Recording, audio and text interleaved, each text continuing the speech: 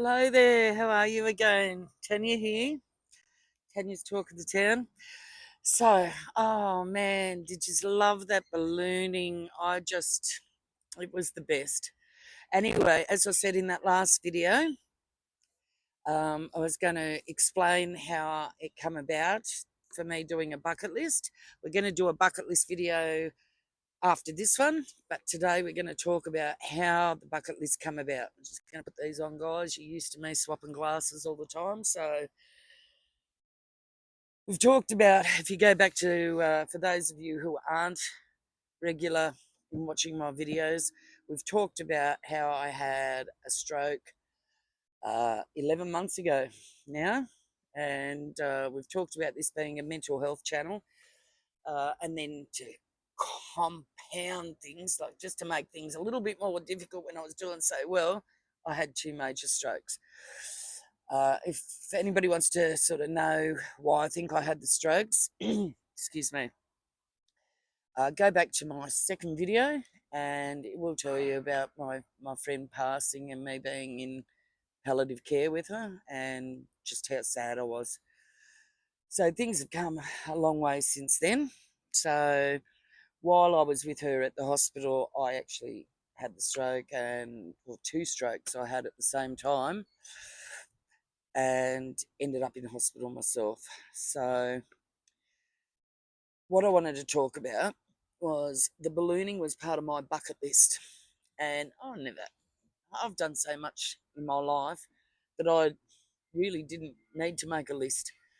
But I've been sick for a number of years, like working out my mental health and having lots of support, lots of great people around me. I mean, I spent 20 years searching for people to help me.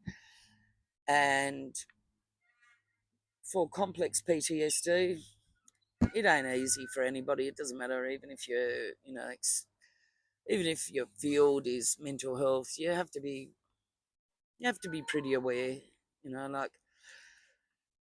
Anyway, what I wanted to talk about is, once I actually went to hospital after I had the strokes, I was in intensive care for a few days, and then I was shipped to a ward. And when I was shipped to the ward, a solicitor come to my bed. Actually, somebody else come to my bed and just discussed with me that it was pretty important I made a will.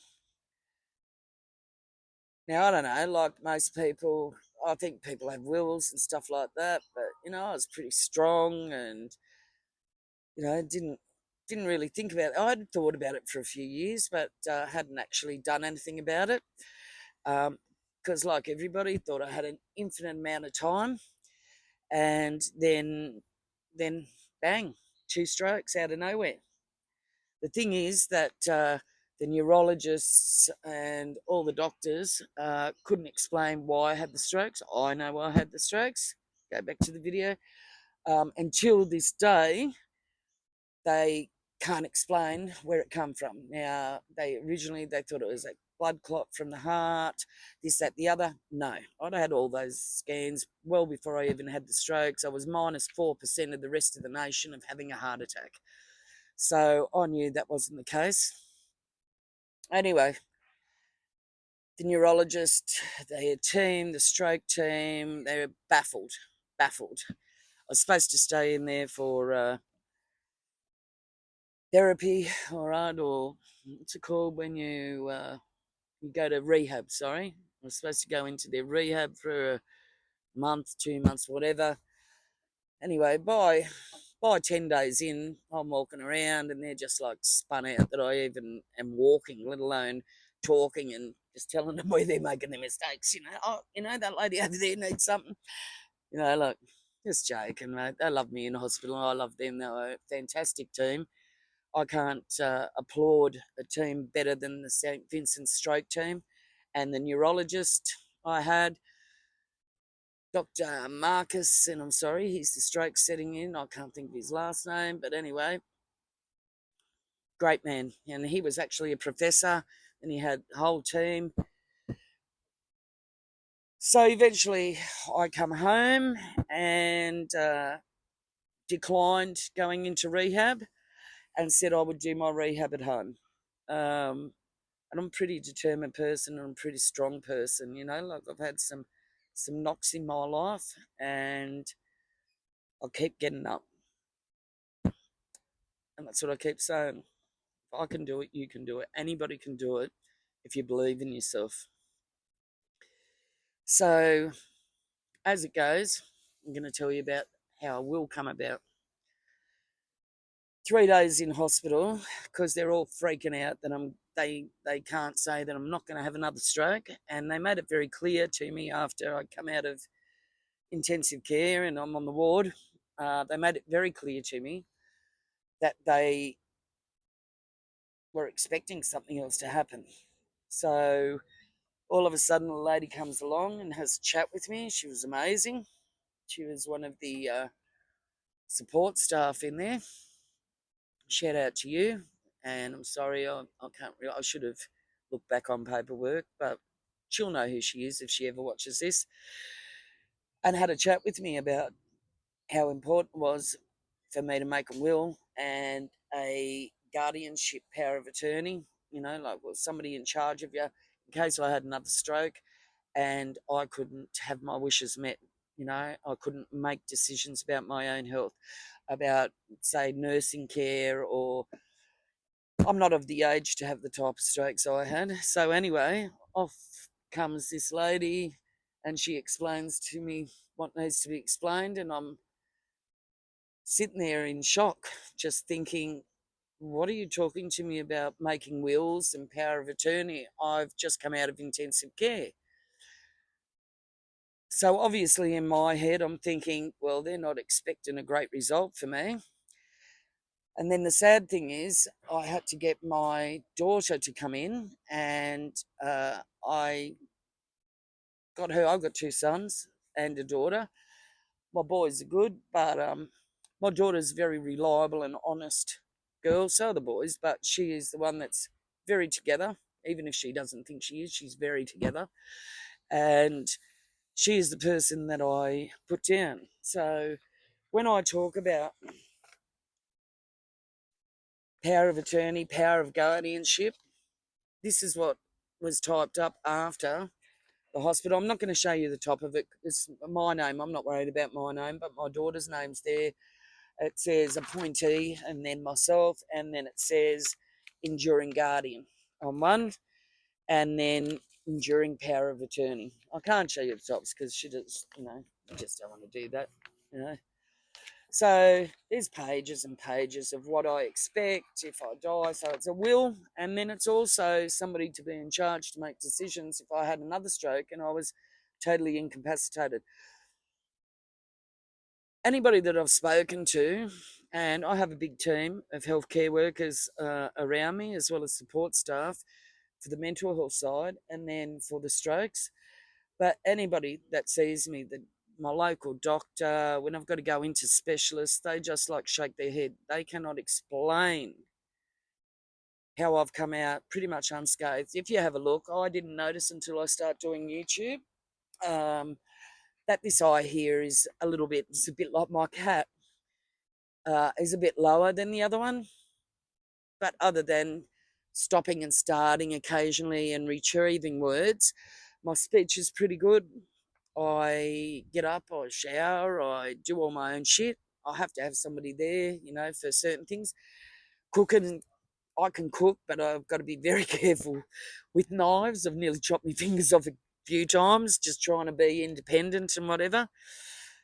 But I've got a great team, and that's it. So that ballooning video was the first thing on my bucket list, and the bucket list was written because of this legal paperwork, solicitors, wills, guardianship in case I had incapacitation from another stroke, end up in a nursing home, whatever, and I need somebody to make decisions for me. So you can imagine my poor daughter coming in and having to sign papers and just like her head spinning like the exorcist. Mine is just like, oh, okay, we'll get over this. But deep inside, of course, I was concerned, as anybody would be. But that's how the bucket list started. I've done a lot of things in my life, but I never thought about a bucket list because I was always doing stuff before like a few years ago when mental health really got on top of me. But even then, I was still doing things. But once I had those strokes, I just realised you just need to do shit, man. You just need to go out and live your life. I don't care how old you are. Be respectful, but if you're young, but go and do your thing. If you're older and you don't have to answer to anybody, just go and live your life. Do the shit you want to do in life. Don't wait until you can't do it. All right, because I was healthy as physically, and this stuff come about, and I'm not letting it beat me. I did my bucket list, and you and I are going to have a lot of fun. All right, ticking the boxes. If you go to the last video, it was number one on the list, and it was ballooning. As I said in that video, my mental health hates crowds. All right, don't like too many people around me at all. I'm quite happy with nature and animals. And secondly, I've never been. I don't like heights.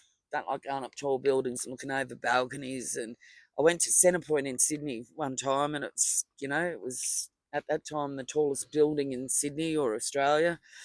And I went on the outside walk. Well, I just man, I froze. My sister and my brother-in-law were with me, and I was just like holding the wall like it was a spider. And like I knew I was safe.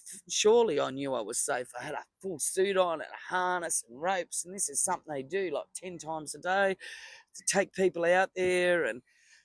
But yeah, no, I was frozen.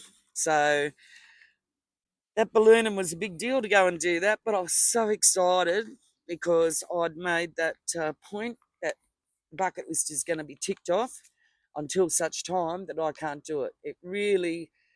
All this really struck a chord in me that you just need to live life. I don't care how old you are, just go out and live your life. All right? Don't hurt anybody. Just do the things you want to do. Fear, I did a video on fear, and I'll do another one on that because there's a meaning that somebody said in a reading that I was watching that I can't even look it up because I'm actually using my phone today and the strokes. Here we go, the strokes. All right, it's retrieval. I can't look it up. I'm using the phone as a camera, but I may do a video on that. Okay, so fear is like false something, something. We will do it. We're definitely going to do a video on that. All right. So the next video we're going to do is going to be my bucket list, and there's some pretty hairy shit there, man. There's some pretty, like we're gonna do it. I'm gonna read it to you, and you're gonna help me keep this score because I'm gonna, some things cost money. I mean, the ballooning was amazing, and it was really reduced. We just got it. It's like the heavens have just said, "Here you go. We want you to show people to go and live their life." I had the best time. I had a support worker with me, Eduardo. I think so highly of him, and I can't say how grateful I am that he helped me with that. The team at Beyond Balloons, they helped me, and I did it, and it was the most peaceful thing I've ever friggin' done in my life. I'm telling you. Anyway, guys, so that's it about me power of attorney for guardianship, my will. All right, coming to you in hospital 2 days after or 3 days after you get out of intensive care. You pretty much think that you're gonna. Your kid or whoever you put in charge is thinking that you're going pretty soon. This is 11 months later. On February the 14th, it will be 1 year, and I'm doing pretty well. It's not to say something's not going to happen, but we're going to kick this bucket list. All right, and I want you to go out and live your life. Don't listen to nobody. Just listen to your heart. Do what you want to do. Find a way to be strong enough to do the stuff you want to do. And I will just tell you, be blessed and grateful. I got your back. Go out, enjoy life, and I know you got my back. The other thing, before I stop, is I've got to say, I don't feel so corny saying it, but like, share, and subscribe, please. I'm enjoying doing this. As I've said in other videos, this is therapy for me. It's getting me in front of a camera. I've had a big fear about them from a very young age. Um, One day we might talk about that. But just go and live your life and love people. Be blessed and grateful. Just get out there and do it. Don't make your life hard by not giving yourself any enjoyment or thrill in life. And I'm off the air. Take care.